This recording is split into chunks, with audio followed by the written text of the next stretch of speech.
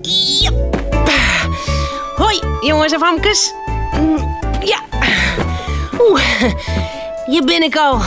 Maar leuke filmpjes voor je. Want... ja. Het is nou... Tomketiet.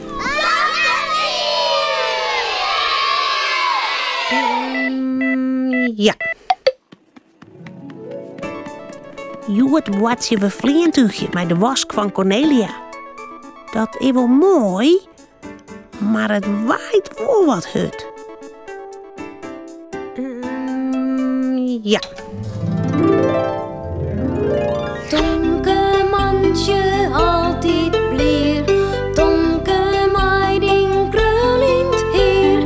Meiding hoentje sabretaal. Harkje gauw naar dit verhaal. Tomke is een vleenmachine. Jan en Joe eet bij Tomke, Romke en Cornelia. In een jaren ze wat. Hé, een vleermachine. Ik jer een vleermachine. Oh ja. Tomke en Jan en Joe stoen en boeten daar. Romke draaft erachterom op zijn kwatterpoortjes. Hé, wacht even, dat je het samen hebt. Eerst die her en dan pas de boeten daar. We gaan het eten al op, Cornelia. Daar zag ik hem. Daar, in de loft. Een hele grote vleermachine. Even later is de vleermachine voort. Ze sjog alleen nog een witte streep. Ho, wat waait het lekker boeten. Ik kan de wask wel even op het droogmolen hingen. Cornelia hing het de droegmolen vol. De wien blaast de wask omheeg. Ik weet wat moois. Ik weet heel wat moois, Jan en Joe. We watchen dat wij grote vleermachines binnen. Tomke doet de jerm zwiet en draaft om de droegmolen heen. Dan ben ik een straaljager en ik kan heel hut vleenen. En ik ben een helikopter. Ze vleenen achter elkaar om de droegmolen. De wask van Cornelia wappert nog hudder op een del. Ineen krijgt Tomke een prachtig idee. Ik weet wat. We kunnen al volle hudder vleenen. Tomke zet de waskoer op een kop en klimt erop. Hij helpt de kniepers van een grote handdoek. Die is al haast droeg. Wat is toch met die handdoek, Tomke? Ik vleen met die handdoek, Jan en Joe. Sjou maar. Tomke houdt met beide handen de handdoek in de lucht. De wind blaast en blaast.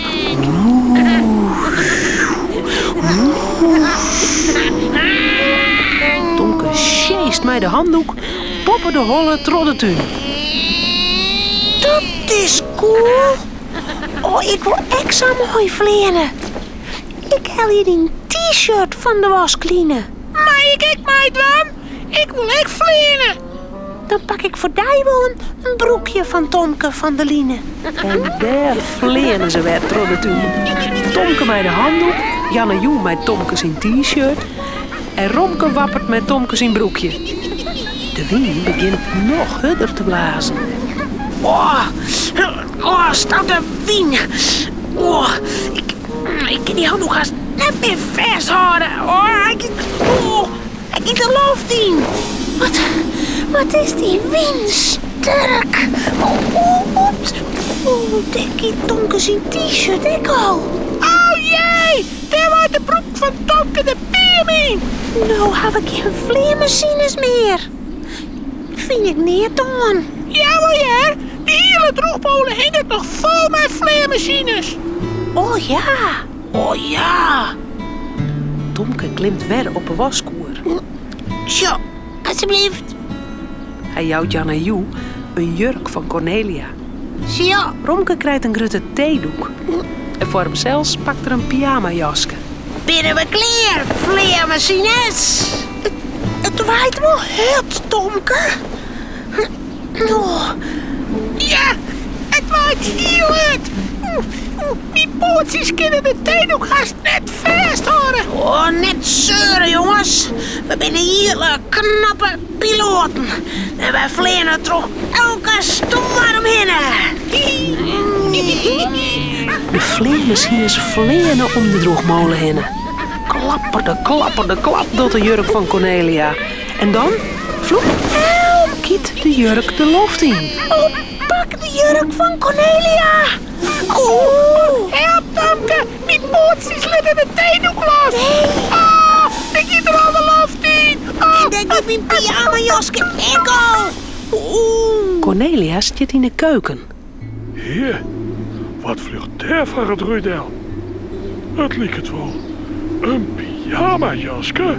En gaat daar net. Een theedoek.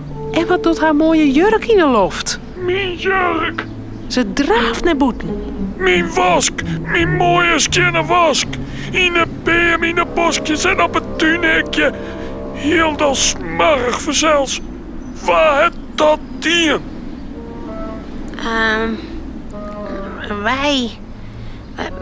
Wij wonen vleenen, Cornelia. We worden vleermachines. Ja. Maar mijn skinne wask. Maar de wind die ik zo sterk. En toen vlieg de wask. Hoepla. De loft in.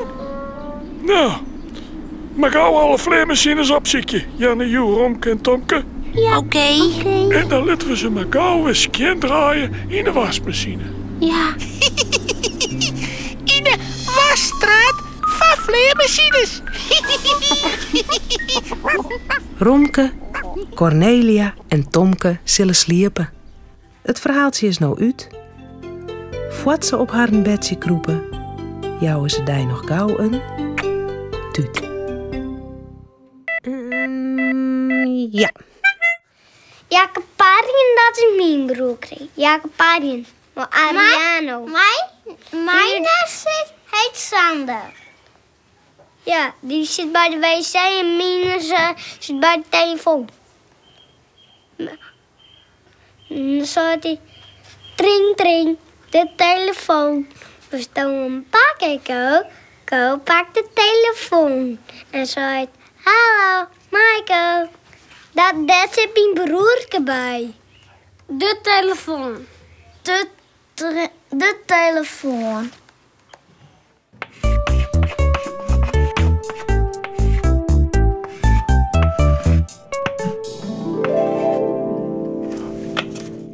Wat tegelijk.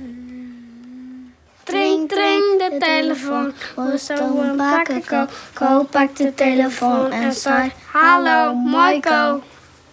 Toe. Uit.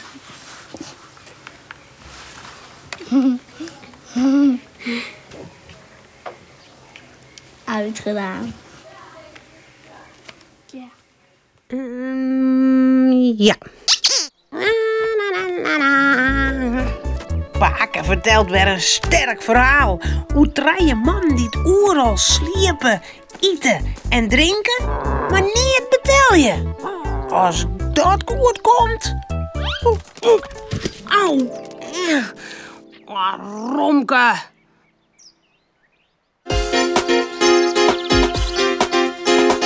Pier en Marieke's jongezoon. Een jongen en een famke heel gewoon. Wat je thuis op boten door. Binnen krek leek als een oor. Maar toch had ze me klaar. Ja, heel speciaal. Fratsen, elke roi, kom maar mooi. Fratsen, elke roi, kom maar mooi. Vergees eten. Pier en Marieke gaan bij Pake eten. Na het eten bleven Pier en Marieke nog even zitten, want dat wist maar nooit. Misschien vertelt Pake nog wel een van zijn sterke verhaal. Had het die smaken, Pier? Ja, lekker hier. Het weer maar een goed keer mailtje vanzelfs, want ik hier er net op rekenen. En ik hier zo gauw neer te was in een huis. En zat ook als die drie ondogenske gasten ben ik net. Draaien ondogenske kosten? Hoe bedoel Pake? Je dat wist om eens wel. Die drie gasten die het haar het lekkerste eten voorzetten lieten. Zonder dat het haar een cent kostte. Hé? Of ken je dat verhaal net? Nou, vooruit dan maar weer. Yes. Goed, harkje. Er waren dus drie vrouwen die nocht on onnocht hien. Nocht on onnocht? Wat is dat? Nou, ze mochten graag een oorder tussen nemen. En net altijd lieke eerlijk. Op een keer zei een van die vreun... Wat zouden je ervan zeggen als wij dus een paar dagen uit van huis gingen? Naar een herberg of zo. Lekker eten, kort sliepen zonder dat het dus een cent kost het. Daar vielden de oren wel voor. Ja, goed. Dat ze gingen naar een goede herberg en vregen aan een vrouw daar of ze een paar dagen bij haar blijven kon. Ze zijn... U ziet een maatje weer zelfs wel leren.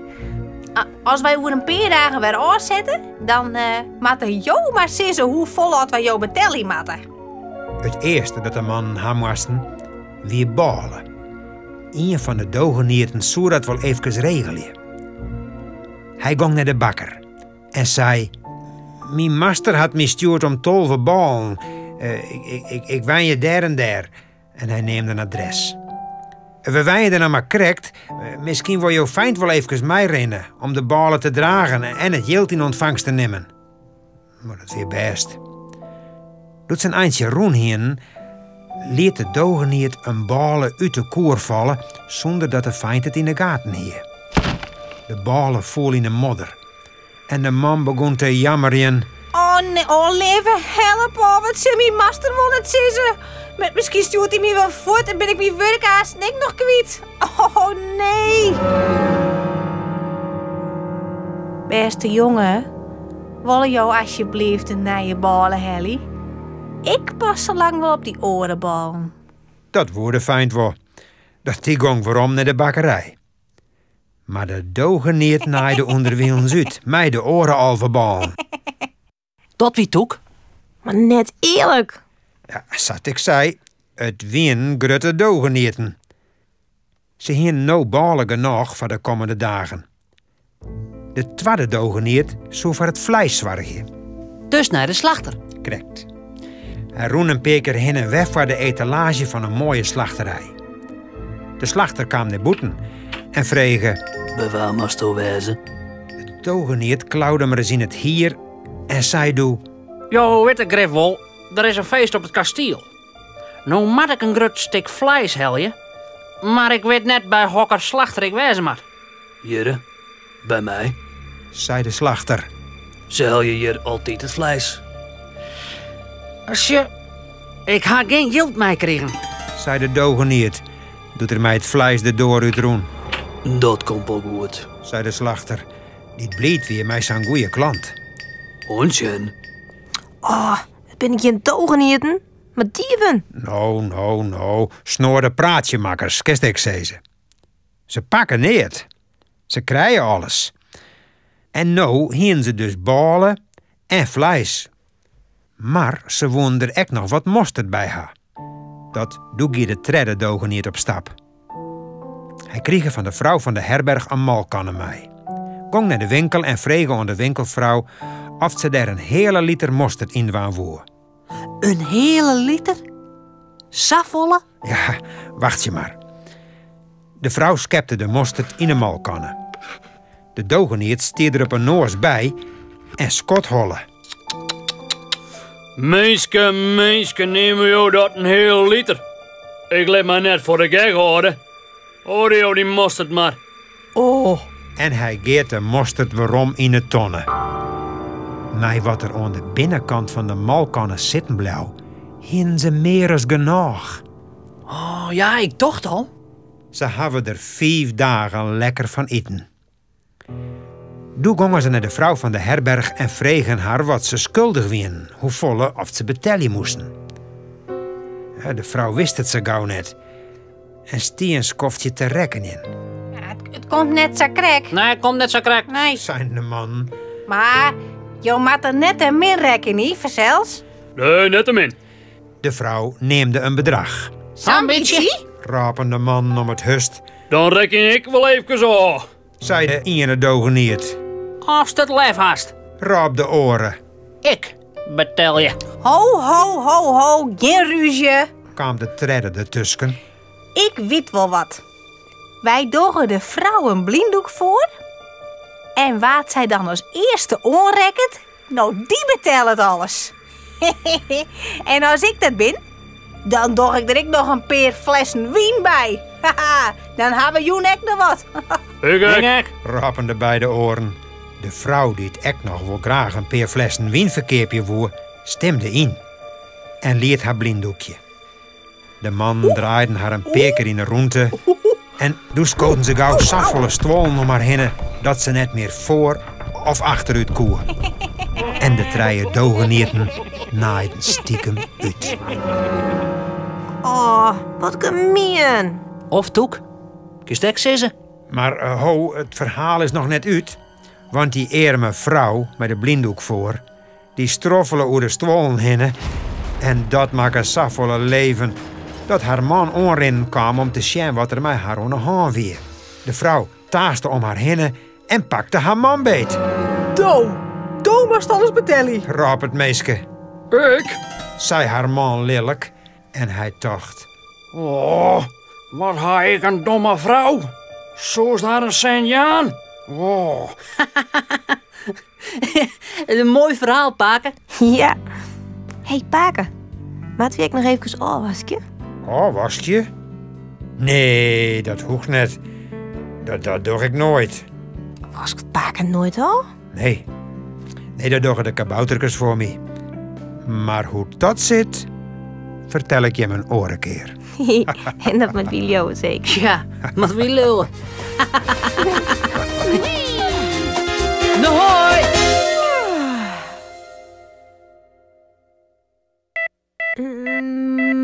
Ja.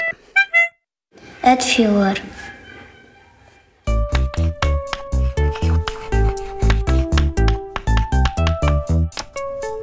Hij stookt het vuur om. Het knettert en het spat.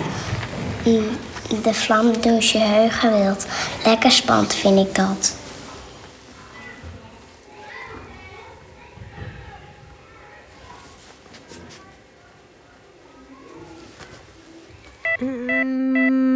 Ja.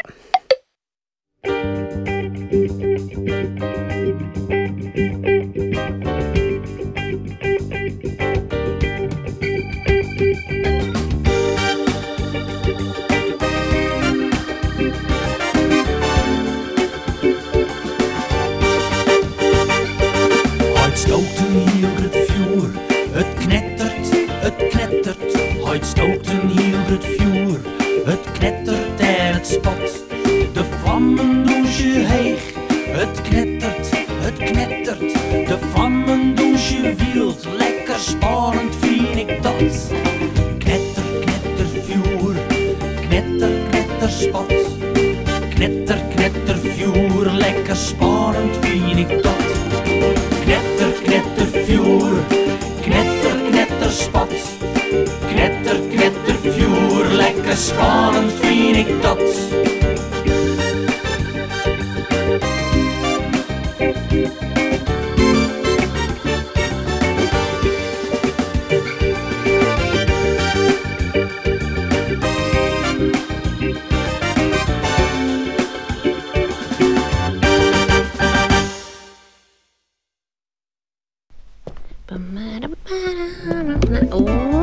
Denk erom. Ja. Nou, dit wie het alweer. Omhoorn. Hoi.